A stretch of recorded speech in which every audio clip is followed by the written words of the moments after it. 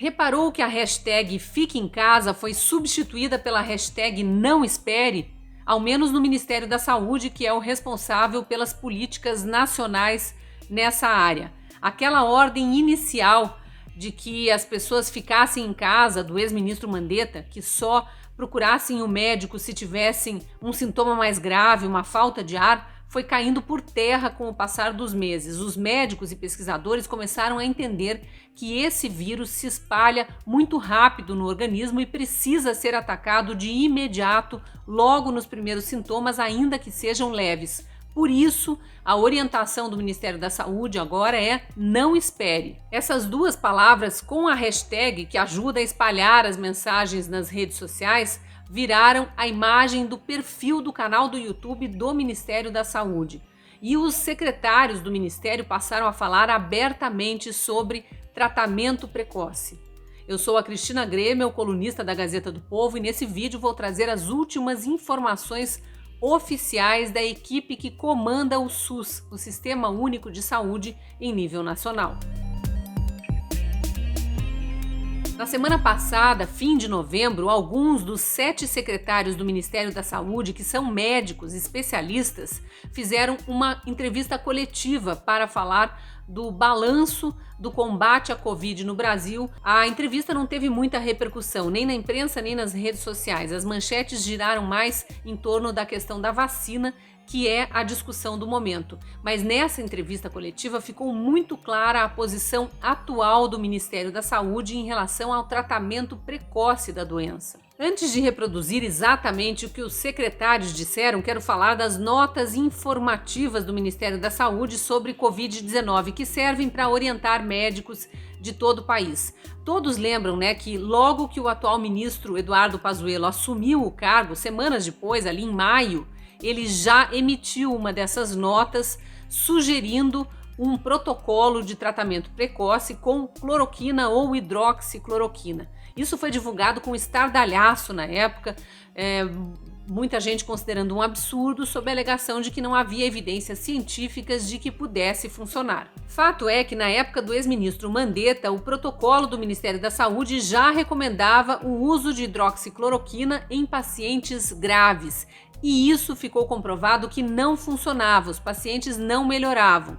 Então, o remédio deixou de ser recomendado para pacientes internados e o protocolo, no passo seguinte, foi esse de aplicar em pacientes com sintomas leves, logo nos primeiros dias. A nota informativa de maio, a primeira do ministro Pazuello, traz inclusive a dosagem indicada do remédio para auxiliar os médicos que quisessem prescrever para os seus pacientes o tratamento precoce. De lá para cá, o Ministério foi atualizando as informações que agora já incluem vários estudos publicados nos últimos meses comprovando a eficácia do remédio se usado nos primeiros dias de sintomas. Para a gente ter uma ideia de como a coisa evoluiu, na nota informativa de maio, o Ministério da Saúde apresentava 14 justificativas para a adoção daquele protocolo médico. Agora, o documento mais recente apresenta 31 itens. Entre as novas justificativas para o uso de hidroxicloroquina combinada com azitromicina,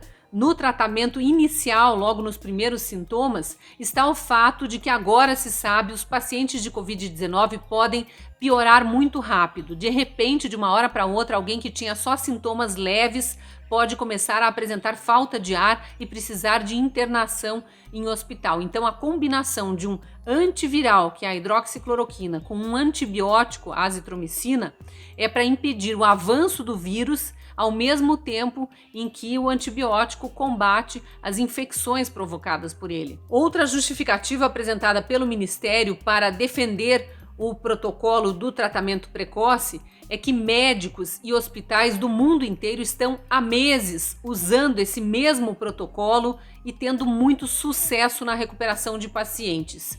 E talvez o principal motivo apresentado agora é um artigo científico específico que está sendo considerado a pá de cal na narrativa de que a ciência não conseguiu comprovar que, usado logo nos primeiros sintomas, o remédio funciona. O artigo foi publicado pela Escola de Saúde Pública de Yale, no estado de Connecticut, nos Estados Unidos. E a nota do Ministério da Saúde cita que os pesquisadores avaliaram 300 mil doentes infectados através de 5 estudos, incluindo 2 ensaios clínicos controlados, e demonstraram uma eficácia significativa no tratamento ambulatorial com o uso de hidroxicloroquina, concluindo que o remédio deve estar, abre aspas, amplamente disponível e ser distribuído imediatamente para prescrição médica.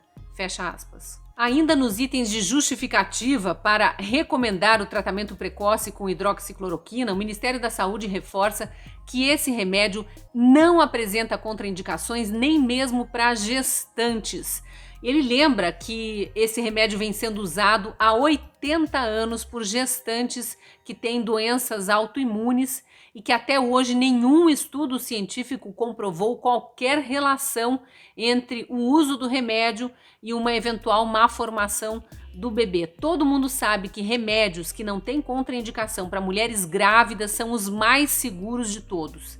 Então não há mais questionamento sobre segurança em relação ao uso da hidroxicloroquina também para Covid-19. Já foi descartado até aquele risco de arritmia cardíaca descrito na bula como um dos efeitos colaterais raros, um dos possíveis efeitos colaterais do remédio. É claro que pacientes cardíacos precisam de avaliação prévia, aliás, ninguém deve se medicar sem consultar antes um médico, mas em relação a esse medo específico, cardiologistas já vieram a público dizer que vivem prescrevendo hidroxicloroquina para os seus próprios pacientes e nunca registraram qualquer caso de arritmia cardíaca por causa do uso do remédio. O presidente da Sociedade Brasileira de Clínica Médica, Dr. Antônio Carlos Lopes, foi um dos que deram entrevistas alegando prescrever esse mesmo remédio, no caso dele, há 40 anos, sem ter registrado um único caso de paciente que teve arritmia cardíaca como efeito colateral. Quanto à eficácia, o grande problema foi que lá no início da pandemia usaram hidroxicloroquina em pacientes internados em estado grave, na fase aguda da doença, e eles não melhoraram.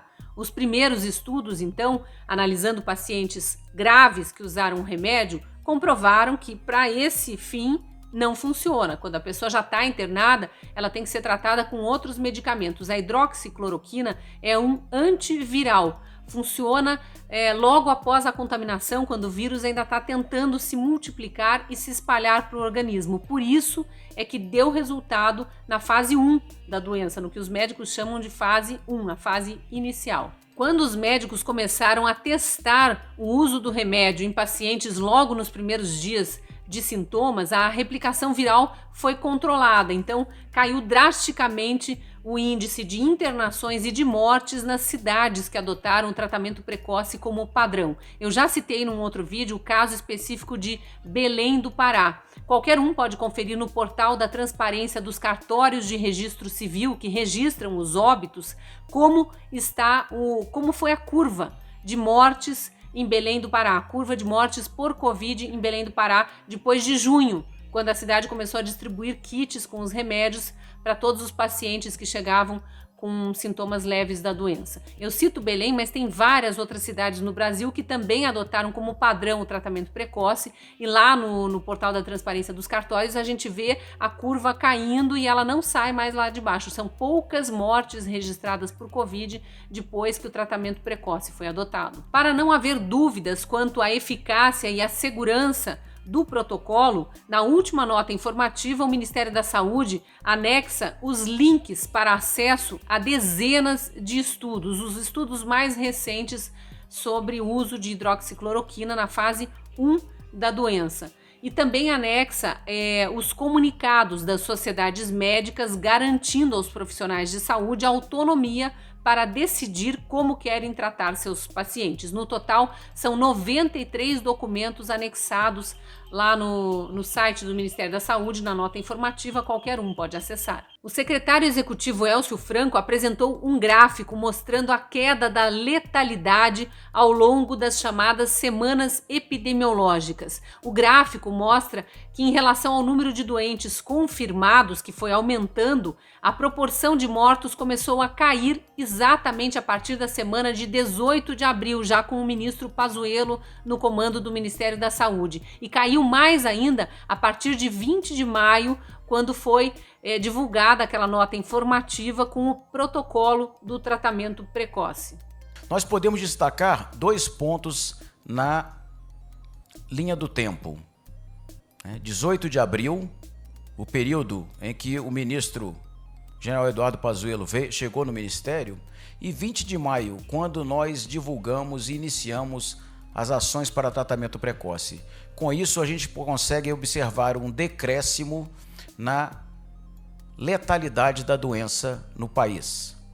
E nós sabemos que houve um acréscimo na quantidade de casos, na incidência. Nós tivemos um pico no mês de julho e depois ficamos num platô. E a gente verifica que a letalidade veio diminuindo. Isso é uma curva de aprendizado e merece destaque. O tratamento precoce merece destaque o manejo clínico.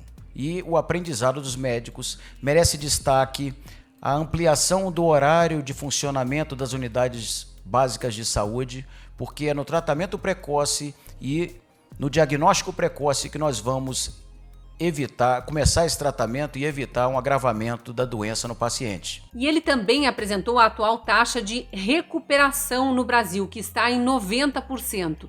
Mais de 6 milhões e 200 mil casos confirmados, sendo que 5 milhões e meio já se recuperaram. Outros 500 mil ainda lidam com a doença. Infelizmente, o número de mortes, o número total, é muito alto. No dia da coletiva estava perto de 172 mil.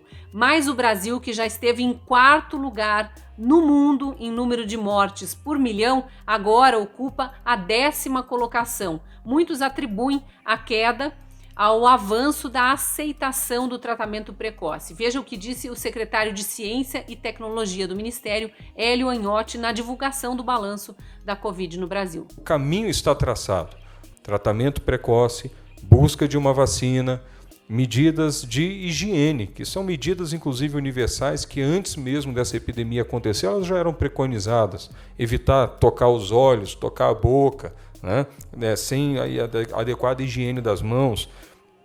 E hoje em dia, diante das evidências que se colocam, o que se tem até em termos éticos é que não cabe mais falar em placebo, não cabe mais falar em fazer testes e não dar medicação para um tratamento precoce. O tratamento precoce ele é feito a partir do sintoma.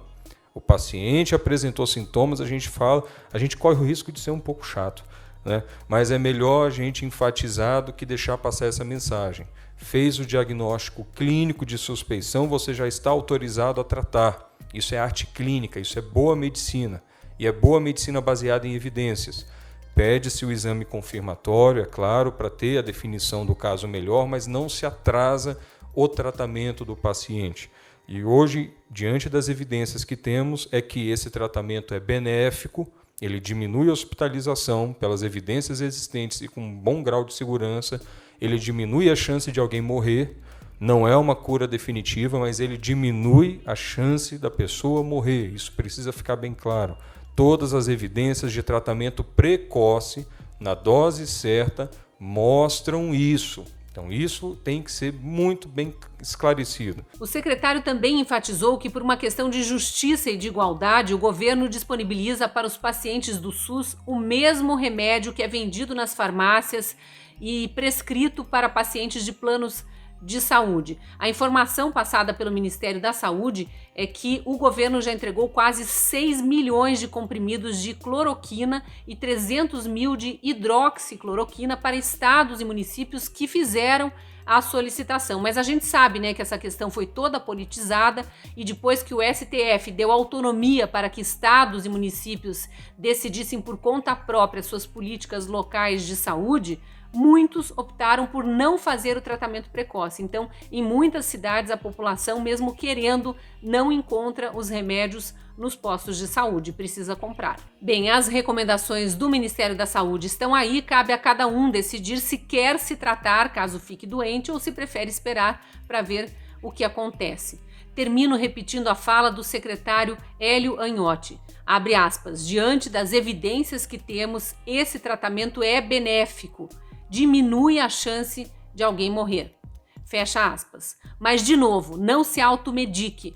Se precisar, consulte um médico, caso esteja doente, consulte um médico, peça orientação, peça a prescrição da dosagem certa e, sendo disponível na sua cidade, pegue o kit de medicação caso queira se medicar logo nos primeiros sintomas. E você, conhece alguém que se tratou, que ficou doente, se tratou logo nos primeiros sintomas? Quer contar o que aconteceu? Deixa aí um comentário. Se gostou desse vídeo, curta e compartilhe. E caso ainda não seja nosso assinante, esteja me assistindo pelas redes sociais, eu te convido a direcionar a câmera do celular para esse código que aparece na tela e ter acesso a uma promoção. Sendo nosso assinante, você consegue ler colunas exclusivas minhas e de outros colunistas, além de todo o conteúdo jornalístico do jornal. E eu te espero lá na Gazeta.